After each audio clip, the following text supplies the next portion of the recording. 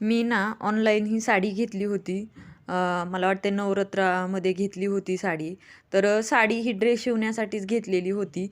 पण मध्येच 2-3 वेळेस मी साडी घातली आणि ड्रेस शिवल म्हटलं आणि शिवणच झाला नाही. तर आत्ता त्याला मुहूर्त लागला. तर हे बघा मी अस्तरसुद्धा ऑनलाईनच मागवलं. 5 मीटर अस्तर मी मागवलं होतं. तर चला म्हटलं हा ड्रेस साडीचा मस्त असा फुल अंब्रेला वन पीस मी शिवलेला आहे. तर हा बघू शकता तुम्ही.